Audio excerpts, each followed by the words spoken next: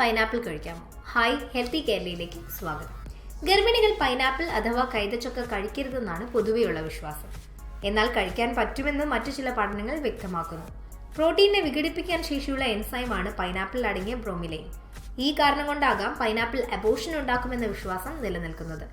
ഗർഭാവസ്ഥയുടെ ആദ്യത്തെ 3 മാസങ്ങളിൽ പൈനാപ്പിൾ ഒഴിവാക്കണമെന്ന് ഡോക്ടേഴ്സ് ശുപാർശ ചെയ്യുന്നതിന്റെ കാരണം പൈനാപ്പിളിൽ അടങ്ങിയ ബ്രോമിലൈൻ സെർവെക്സിനെ ബലഹീനമാക്കാനും ഗർഭാശയത്തിന്റെ ചലനങ്ങൾ ഉണ്ടാക്കാനും പ്രേരണ നൽകും.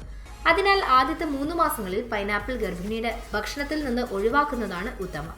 കൈതച്ചക്കയിൽ പഞ്ചസാരയുടെ അളവ് ഉയർന്ന രീതിയിൽ അടങ്ങിയിരിക്കുന്നു. ഇത് സ്ത്രീകളിൽ ഗർഭാവസ്ഥയിലെ പ്രമേഹത്തിന് കാരണമാകും.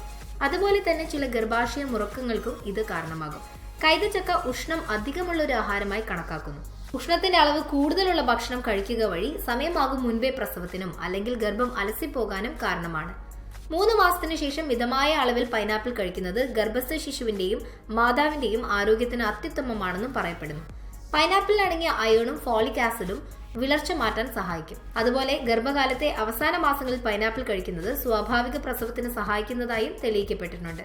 ചില ഡോക്ടേഴ്സ് ഗർഭിണികൾ 8-9 മാസങ്ങളിൽ പൈനാപ്പിൾ ധാരാളമായി കഴിക്കാൻ ഉപദേശം നൽകാറുണ്ടത്രേ. ശ്രദ്ധിക്കാൻ ചില കാര്യങ്ങൾ: പൊട്ടാസ്യം അടങ്ങിയ പൈനാപ്പിൾ, ഏത്തപ്പഴം മുതലായവ.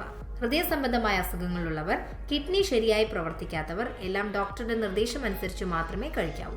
ബ്രോമിലൈൻ ഒരു മീറ്റ് ടെൻഡറൈസർ ആണ്. അതിനാൽ ചിലരിൽ ഇത് ചുണ്ടുപൊട്ടലും വായിലെ തൊലിപോകൽ, ശ്വാസമുട്ടൽ എന്നിങ്ങനെയുള്ള ചില ബുദ്ധിമുട്ടുകൾ ഉണ്ടാകും. കടുത്ത അലർജിയുടെ ലക്ഷണങ്ങൾ കാണിക്കുന്നവർക്ക് പൈനാപ്പിൾ നൽകരുത്. ഷുഗർ ധാരാളമുള്ളതിനാൽ പ്രമേഹ രോഗികൾക്ക് പൈനാപ്പിൾ ഒരു നിശ്ചിത അളവിൽ മാത്രമേ നൽകാവൂ. ബ്രോമിലൈൻ രക്തം കട്ട പിടിക്കാതിരിക്കാൻ ഇടയാക്കും.